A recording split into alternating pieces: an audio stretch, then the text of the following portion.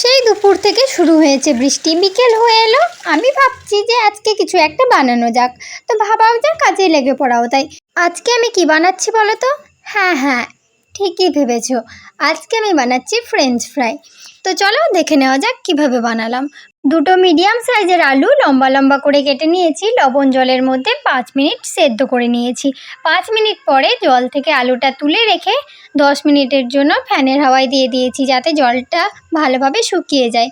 তো এবার দিয়ে দিয়েছি কিছুটা কর্নফ্লাওয়ার দিয়ে আলুটাকে ভালোভাবে মেখে এবার তেলের মধ্যে এক এক করে সবগুলো ছেড়ে দেবো। ঠিক একইভাবে সবগুলো ভেজে নিতে হবে। আর আমার এই ছোট্ট ভিডিওটা তোমাদের যদি ভালো লেগে থাকে তবে প্লিজ আমার চ্যানেলটিকে সাবস্ক্রাইব করে দিও।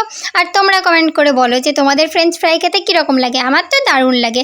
তো দেখো ফ্রেঞ্চ ফ্রাই হয়ে গেছে। এবার ওপর থেকে একটু লঙ্কা গুঁড়ো, লবণ আর দিয়েছি একটু চাট মশলা ছড়িয়ে ভালোভাবে মেখে নিলে ব্যাস তৈরি। তো আজকের জন্য এটুকুই, বাই গাইস।